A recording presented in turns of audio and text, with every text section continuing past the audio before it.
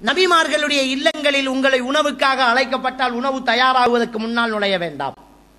நேரத்தோடு நீங்கள் போய் அவர்களுக்கு தொல்லை கொடுக்க வேண்டாம். விருந்துக்கு கூப்பிடுறாங்க அப்படி என்றால் பொதுவான ஒரு சட்டம் இது.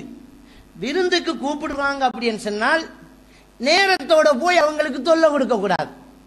ஏனென்றால் விருந்து சமைக்கிற நேரம், உங்களுக்காக விருந்துகளை சமைச்சு அவங்களும் தயாராகி உங்களை வரவேற்கிறதுக்கு அவங்க ரெடி ஆகுறதுக்கு முன்னால அங்க சரியான பிஸியா இருப்பாங்க.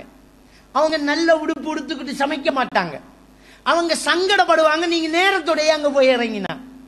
ஒரு வீட்டுக்கு விருந்தாளியா நீங்க நேரத்தோட போய் இறங்கினா சமய கட்டுல போற உடுப்பை போட முடியாத ஒரு நிலை ஏற்பட்டுரும். போட முடியாம நல்ல உடுப்பை போட்டுக்கிட்டாங்கன்னா அந்த உடுப்பை போட்டுக்கிட்டு சமைக்கிறது சிரமமா போய்த்திரும்.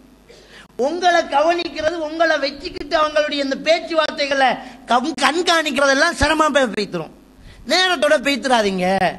அப்படி நீங்க போனால் நபிகள் நாயகம் ஸல்லல்லாஹு அலைஹி வஸல்லம் அவர்கள் இந்த வசனத்தை ஓதி காட்டுறாங்க. அப்படி நீங்க போனால் ஃபைதா வலாக்கின் இதா துஇதும் ஃபதுகுலு, அப்படி நீங்கள் அழைக்கப்பட்டு நீங்கள் உள்ளே நுழைந்தால் நீங்கள் ஃபைதா தஇம்தும் ஃபன்தஷிரு வலா முஸ்தஅனிஸீன லிஹதீஸ், சாப்பிட்டு முடிஞ்சா பேச்சு கொடுத்து கொண்டிருக்காம வெளியாவுங்கன்றாங்க. அல்லாஹ் தஆலா சொல்லி காட்டுறான் 33வது அத்தியாயம் 53வது வசனம். சாப்பிட்டு முடிஞ்சால் பேச்சு கொடுத்து கொண்டிருக்காம வெளியாவுங்க. ஏனென்றால் இன்னதாலிக்கும் கான யூதின் நபிய ஃபயஸ்தஹி மின்கும், அது அவருக்கு நோவினை கொடுக்கும். போங்க என்று சொல்வதற்கு அவர் வெட்கப்படுவார். அவருக்கு வெக்கம் என்னப்ப சாப்பிட்டா போறலையான்னு சொல்ல இயலாது. நம்ம வீட்டுக்கு விருந்தாளி வந்து காய்ச்சி அளந்து கொட்டிக்கிட்டே இருப்பாங்க. சிலர் கதைக்க பிடிச்சா விடுறதே இல்லை. கதைச்சு அங்க தொட்டு இங்க தொட்டு கப்படிச்சு கந்தடிச்சு போயிட்டே இருக்கும். 10 மணி ஆயிருக்கும். நாளைக்கு ஸ்கூலுக்கு பிள்ளைகளை நேரத்தோட அனுப்பணும் சாடையா ஒரு கதை கதைப்பார். விளங்க மாட்டாது. கொட்டாய் விடுவாரு. தூக்கமா இருக்கான்னு கேட்டுட்டு திரும்ப கேட்பான். கொட்டாய் விட்டுட்டு இருப்பாரு. என்ன தூக்கம் வந்துட்டு போல கேட்டு போட்டு அப்பவும் காய்ச்சிட்டு இருப்பான். அப்ப ஒரு மனுஷனுக்கு ஒரு நேரம் இருக்கு தூங்குறதுக்கு.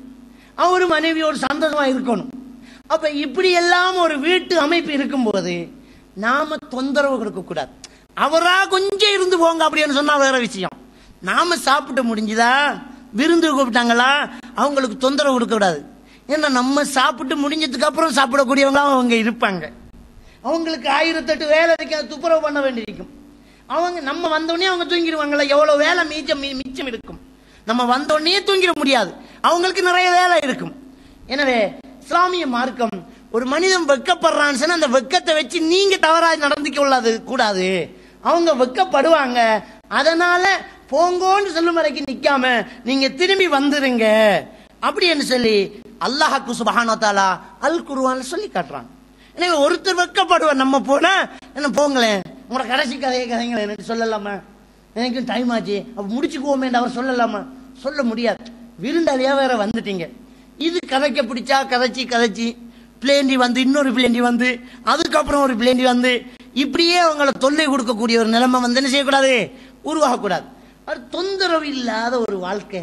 அப்ப வெக்கப்படுற ஒரு மனிதனிடத்துல அந்த வெக்கத்தையே பயன்படுத்திட்டு நாம சாதிச்சுட்டு போற நினைப்ப என்ன செய்யக்கூடாது, வரக்கூடாது. அப்படிங்கிற விடயத்தையும் நாங்க இந்த இடத்துல புரிந்து கொள்ள வேண்டும்.